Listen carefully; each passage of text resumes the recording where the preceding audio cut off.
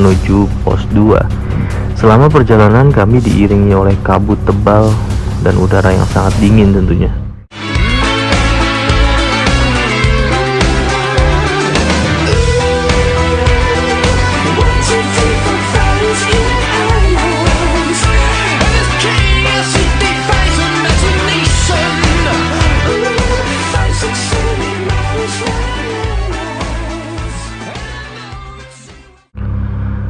Assalamualaikum warahmatullahi wabarakatuh. Gue Cepi.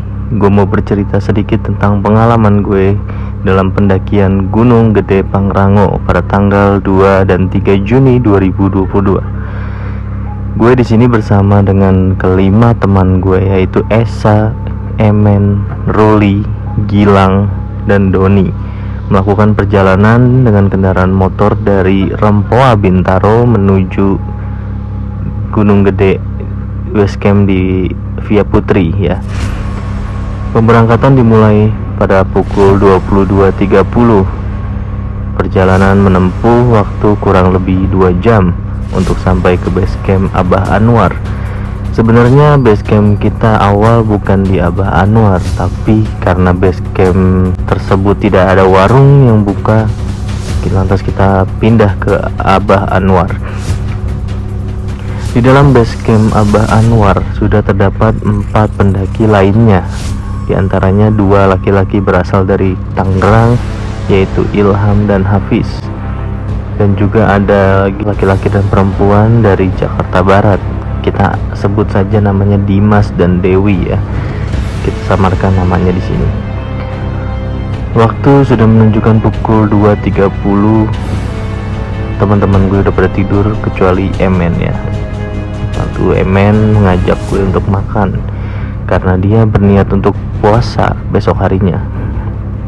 Jadi dia ngajak makan sahur ya.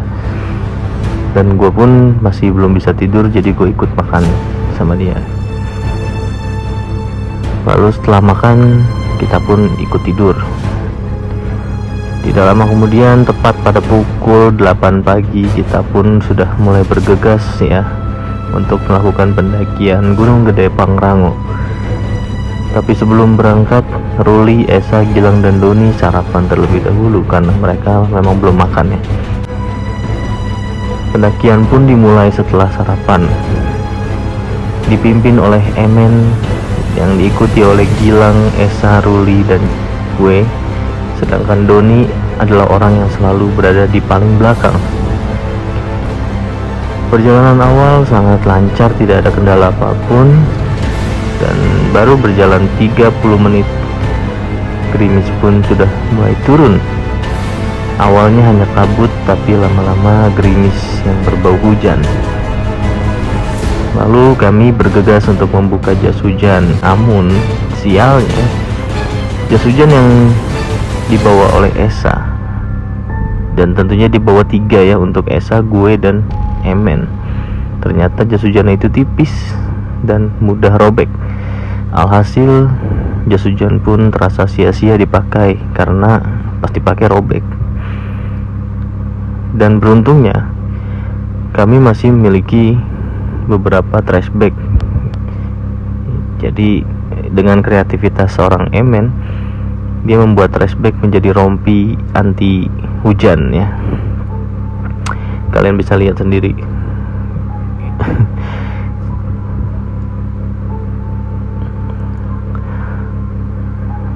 Setelah melewati terjangan hujan yang cukup deras, sampailah kami di pos 1.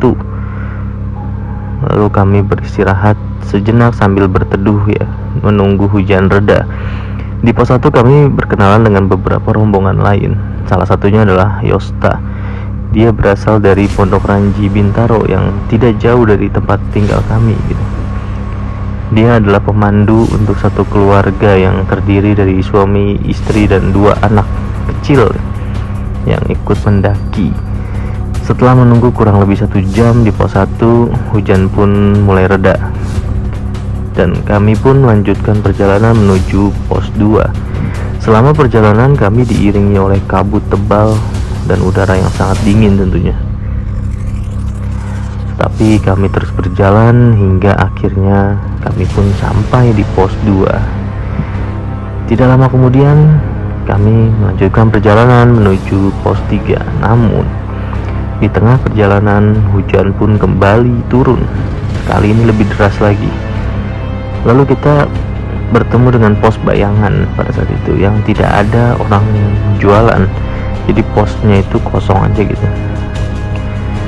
Dan kita berteduh di bawah pos bayangan tersebut. Di sana kami membuka kompor, lalu masak mie dan membuat kopi. Siangnya hujan semakin deras serta angin, dan kami pun akhirnya membuka flysheet untuk menutupi sebagian tempat agar air hujan tidak masuki ke daerah permasakan gitu.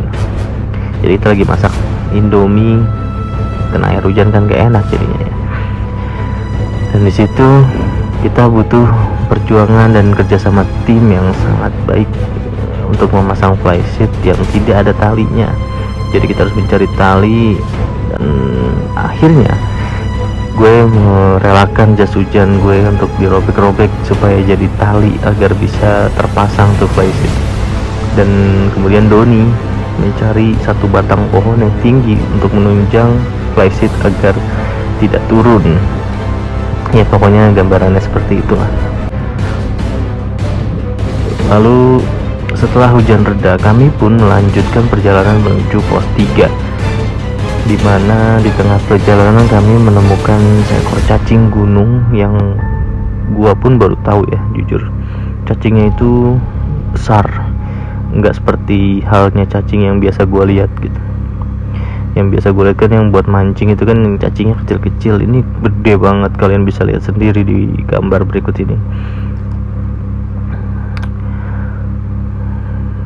Lalu kita melanjutkan perjalanan di tengah gerimis yang melanda ya, dimana plan A kita harusnya mencapai Surya Kencana untuk berkemah di sana. Namun karena hujan yang semakin deras, akhirnya membuat kami memutuskan untuk menggunakan plan B, yaitu kita berkemah di pos 3.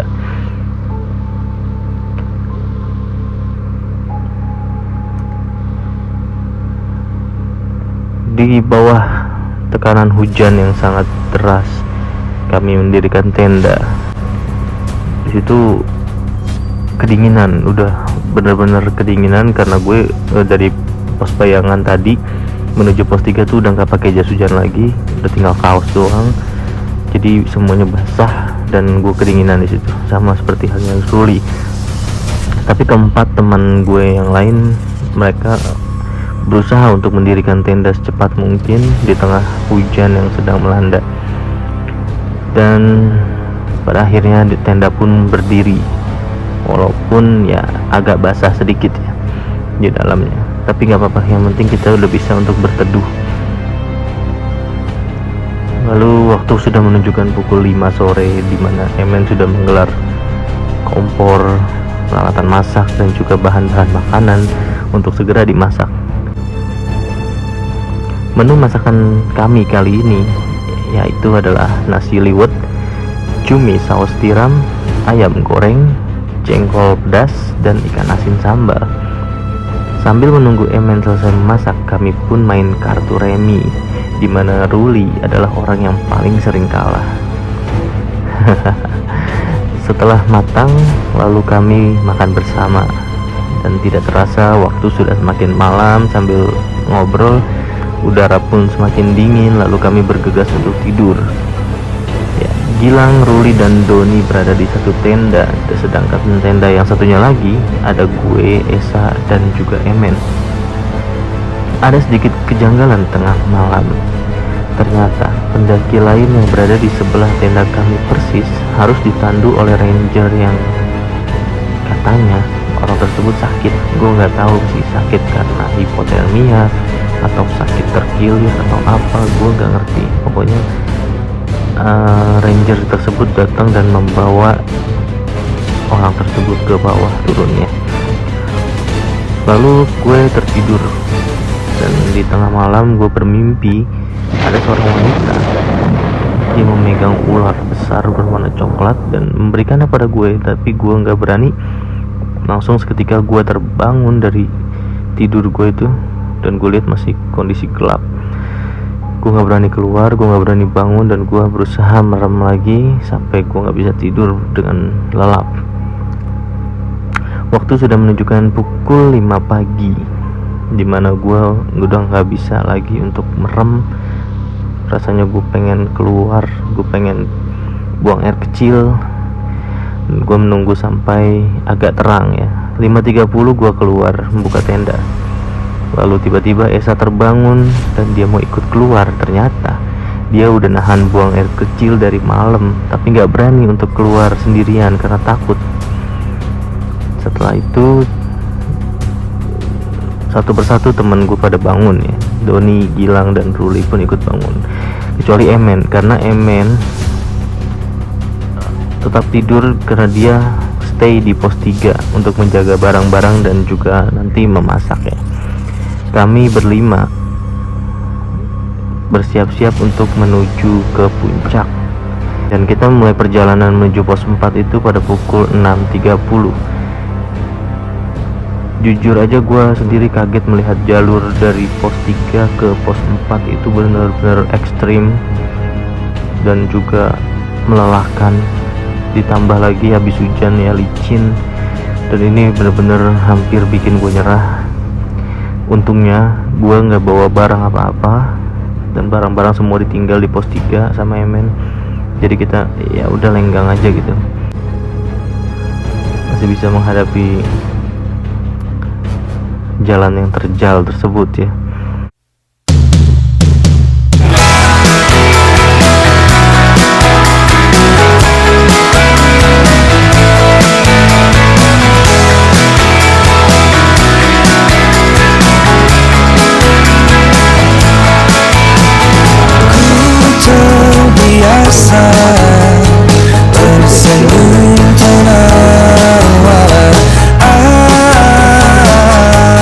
Narik mulu, liburan lah, nyari duit mulu, liburan. Nih sekarang lagi di Surya Kencana, off dulu, off beat. Ya bang, buat jam dulu kita ya, buat grup bapak-bapak. Ya off beat bang, kita ke puncak. Ya gak bang?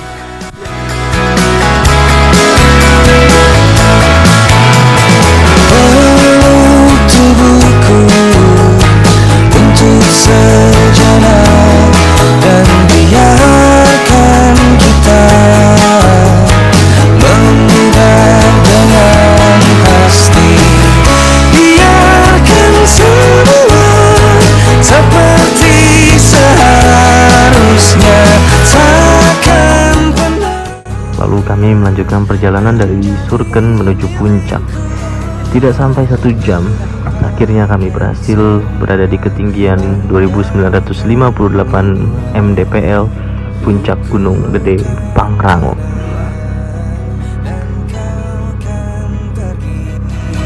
Lanjut ke Pak.